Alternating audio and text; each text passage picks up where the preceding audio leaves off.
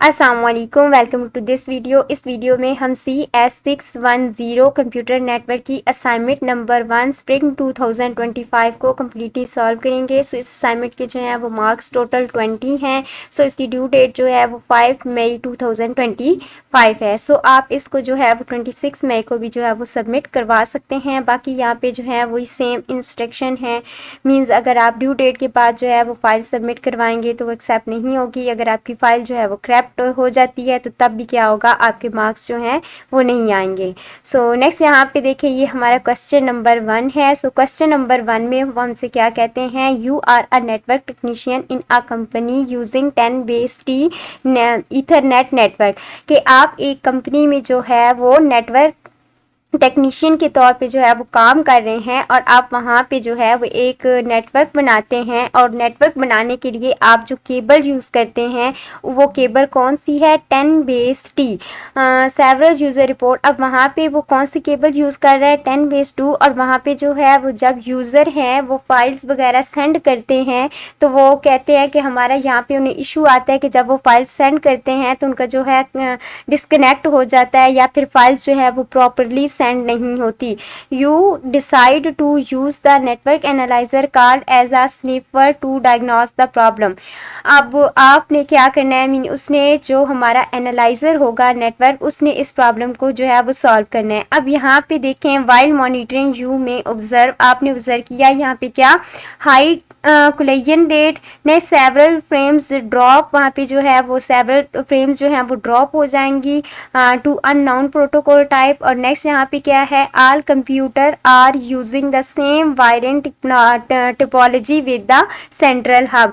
अब यहाँ पे आपके ये जो है वो 3 क्वेश्चन है। फर्स्ट ऑफ ऑल, ये फर्स्ट क्वेश्चन क्या है कि what would be the causing the high collision rate in this setup. अब इस सेटअप में जो है अब आप खुद से ऑन वर्ड भी जो है वो राइट कर सकते हैं, बट मैं यहाँ पे आपको सोल्यूशन में दिखाती हूँ। बट आप इस क्वेश्चन को समझें कि वो आपसे पूछ रहे हैं कि यहाँ पे हाई कोलिजन की वजह क्या है। देखिए ये हमारे पास क्या है, 10 बेस टी। अब 10 का मतलब क्या है कि 10 मेगाबाइट पर सेकेंड, और बेस का मतलब है ब्रॉड मीन यहाँ पे आपको एक से मीन जो है वो पैकेट या फिर कोई डेटा सेंड कर रहे हैं तो एट अ टाइम आप एक ही जो है वो सेंड कर सकते हैं। एट अ टाइम आप सेंड और रिसीव नहीं कर सकते। अब नेक्स्ट यहाँ पे ये जो टी है ना, इसका मतलब हमारे पास क्या है, 100 मीटर। मीन्स दैट आप जो डेटा सेंड करते हैं वो 100 मीटर तक जो है वो करेक्टली जाएगा। जब 100 मीटर उसकी जो है वो लेंथ कंप्लीट हो जाएगी तो उसमें क्या होगा, अटेन्यूएशन आ जाएगा। मीन्स दैट उसकी एनर्जी कम हो जाएगी, उसका ट्रांसफर रेट जो है वो क्या आ जाएगा, लो हो जाएगा। अब जब या तो फिर क्या होता है कि एट अ टाइम दो या फिर 3 जो है वो कंप्यूटर डेटा सेंड करते हैं तो वहाँ पे क्या हो जाएगा, कोलिजन हो जाएगा।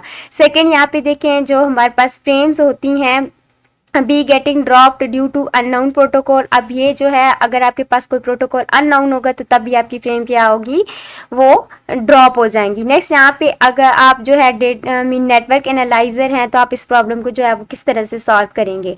सो चलते हैं हम फर्स्ट ऑफ ऑल इसका क्वेश्चन देखते हैं, देन हम जो है वो अपनी इस क्वेश्चन नंबर 2 को जो है वो अगेन रीड करेंगे। सो यहाँ पे जो है हमारे पास फर्स्ट देखें, what would be the causing high collision rate in this setup. तो यहाँ पे जो है वो high collision rate is a likely caused by the use of central hub in the network topology.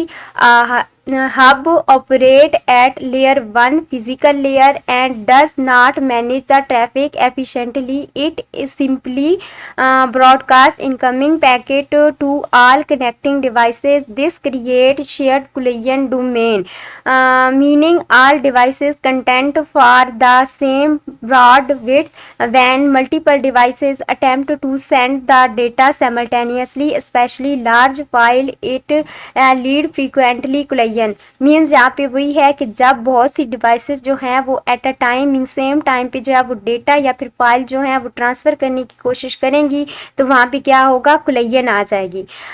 Which D great network performance, और इससे आपके network की परफॉर्मेंस क्या हो जाएगी, डिग्रेड हो जाएगी। अब नेक्स्ट यहाँ पे हमारा जो है वो क्वेश्चन नंबर 2 में क्या था कि आपकी फ्रेम जो है वो क्यों ड्रॉप हो जाती हैं। अब यहाँ पे देखें, फ्रेम में drop due to unknown protocol type for a several reason. अब इसकी कई रीजन हो सकती हैं। फर्स्ट ऑफ ऑल क्या है कि some devices might be sending traffic using spotted are uncommon protocol that receiving device or the sniffer do not recognize। Mean आप जो है जो डेटा जो पैकेट आप ट्रांसफ़र कर रहे हैं उसके साथ जो है वो अनस्पॉटेड या फिर अनकॉमन प्रोटोकॉल है, और वहाँ से आप जो है वो उसे सेंड करते हैं और रिसीविंग डिवाइस या फिर स्निफर जो है वो उस चीज़ को रिकॉग्नाइज नहीं कर पाता, तो आपकी फ्रेम क्या हो जाएगी, ड्रॉप हो जाएगी। Next there could be misconfigure. जब आप अपने नेटवर्क को कन्फिगर कर रहे होते हैं तब वहाँ पे क्या हो सकता है, मिस कन्फिगर हो सकता है। सेकंड क्या है कि आपका वहाँ पे जो है वो कोई ड्राइविंग इशू आ जाता है, तो तमीन आपके ड्राइवर का कोई इशू आ जाता है तो फिर भी आपकी क्या होगी, फ्रेम ड्रॉप हो जाएगी। नेक्स्ट यहाँ पे देखिए कि यहाँ पे हमारा जो है वो क्वेश्चन नंबर 3 है, और क्वेश्चन नंबर 3 में वो आपसे पूछ रहे हैं कि how can network analyser help resolve the issue. इस इशू को रिजॉल्व करने के लिए नेटवर्क एनालिसिस किस तरह से जो है वो इस इशू को रिजॉल्व करेगा। So network analyser is assist in resolving this issue by monitoring the traffic. Mean वो ट्रैफिक को मॉनिटर करेगा in real time to identify the source of excessive collision. Mean कहाँ पे किस वजह से जो है वो हमारा कुलैयन जो है वो अकर हो रहा है, वो उस चीज़ को क्या करेगा, मॉनिटर करेगा। Capturing and decoding the packet. Mean जब आप पैकेट को सेंड करते हैं, आप अपने डेटा को सेंड करते हैं तो वो पैकेट्स में कन्वर्ट होता है। जब वो रिसीविंग डिवाइस पे पहुंचता है तो वहाँ पे अगेन जो है वो पैकेट क्या होते हैं, अरेंज होते हैं। नेक्स्ट यहाँ पे क्या है, identifying the bandwidth or devices generating the abnormal traffic pattern. जी, तो यहाँ पे जो है वो हमारा फर्स्ट क्वेश्चन जो है वो कंप्लीट होता है। सो अब हम देखते हैं कि नेक्स्ट जो है वो क्वेश्चन नंबर 2 में उन्होंने हमसे क्या पूछा है। सो यहाँ पे ये देखिए क्वेश्चन नंबर 2 में वो बोल रहे हैं you are assign to set up a new LAN in a office space with a 10 desktop computer located in a close proximity. Our manager want a cost effective, easy to maintain solution with a minimal downtime in case of the cable issue. अब यहाँ पे आपके पास ये 3 cable हैं। Mean आपके पास thick cable Ethernet है। Mean thick thick क्या आपके पास ये एक थिक इथरनेट, ये आपके पास एक केबल है, थिन इथरनेट है। और नेक्स्ट आपके पास क्या है, 10 बेस टी इथरनेट। अब यहाँ पे आपने जब भी लैन टोपोलॉजी से जो है वो नेटवर्क बनाना है तो वहाँ पे आपने 10 बेस टी जो है वो इथरनेट को यूज़ करना है। सो यहाँ पे देखिए हमने जो है फॉर एग्जांपल यहाँ पे आपने एक नेटवर्क बनाना है। जैसे फॉर एग्जांपल आप एक मीन छोटी सी लैब बनाते हैं अपने स्कूल में या फिर अपने ऑफिस में, और आपने वहाँ पे जो है वो 20 कंप्यूटर्स को जो है वो कनेक्ट करने हैं, तो आप इनमें से जो है वो कौन सी वायर जो है वो यूज़ करेंगे।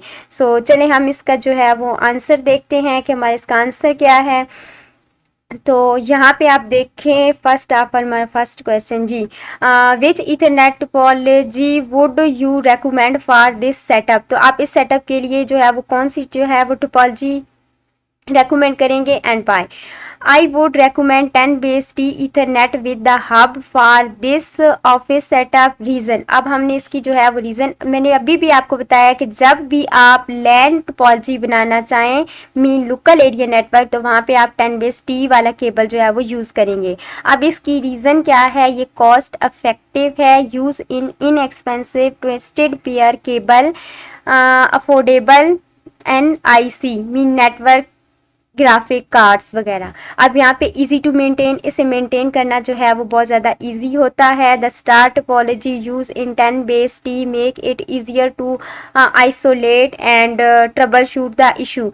अब नेक्स्ट यहाँ पे क्या है, सिंप्लिसिटी आर इंस्टॉलेशन मीन इसे जो है इसकी इंस्टॉलेशन करना वो इजी होता है और सिंपल होता है। नेक्स्ट यहाँ पे देखें capability, most modern and IC and network equipment still support or can operate with 10 base T.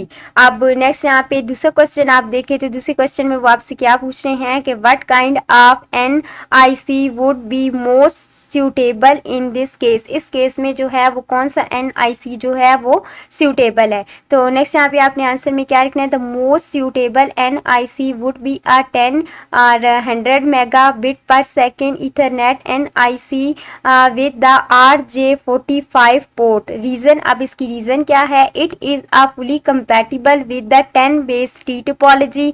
Next यहाँ पे क्या है, provide backward capability with the 10 megabyte per second and scalability to 100 megabit per second if the network is upgraded in the future. अब next यहाँ पे देखिए जो हमारा क्वेश्चन नंबर 3 है, अब क्वेश्चन नंबर 3 में वो हमसे क्या पूछ रहे हैं कि what are the limitation of topology would you did not choose. अब हम वहाँ पे हमारे पास 3 थी, मीन हमारे पास थिक ईथरनेट था, थिन ईथरनेट था एंड 10 बेस टी था। तो 10 बेस टी को हमने यूज़ किया है, तो बाकी के जो हमारे पास थिक ईथरनेट और थिन, इसको हमने क्यों यूज़ नहीं किया।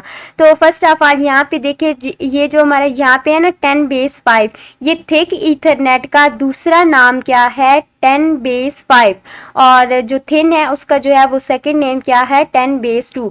अब thick Ethernet mean 10 base 2 is expensive and outdated, ये एक्सपेंसिव होता है। It is heavily coaxial cable that are difficult to install, इसे इंस्टॉल करना जो है वो बहुत ज़्यादा मुश्किल होता है। अब नेक्स्ट यहाँ पे देखेंगे थिन जो है वो हमने क्यों नहीं यूज़ किया, use the coaxial cable in the bus topology which is a less reliable. जब हम इसे मीन किसी भी टोपोलॉजी में हम यूज़ करते हैं तो ये इतना ज़्यादा जो है वो रिलायबल नहीं होता, इसमें कोई भी मतलब आपका जो है वो फेलियर या फिर इस तरह से कुछ अक्कर होता है तो ये पूरे नेटवर्क को क्या कर देता है, डाउन कर देता है। सो नॉट स्केलेबल और ईजी टू कन्फिगर, मीन इससे जो है वो कन्फिगर करना जो है वो टफ होता है। एडिंग और removing devices is disruptive, mean यहाँ पे हम अपनी जब डिवाइस को ऐड करते हैं नेटवर्क में या वहाँ से कोई रिमूव करते हैं तो ये इतना ज़्यादा इजी नहीं होता। नेक्स्ट इसकी जो है वो लिमिट्स जो हैं वो क्या है, maximum segment length and speed, इसकी जो स्पीड होती है और इसकी जो सेगमेंट लेंथ होती है वो क्या होती है, लिमिटेड होती है। सो यहाँ पे ये हमारे दोनों क्वेश्चन कंप्लीट होते हैं। अगर आपको किसी चीज़ की समझ नहीं आई तो आप नीचे मुझे कमेंट में बताएं। अल्लाह हाफिज़।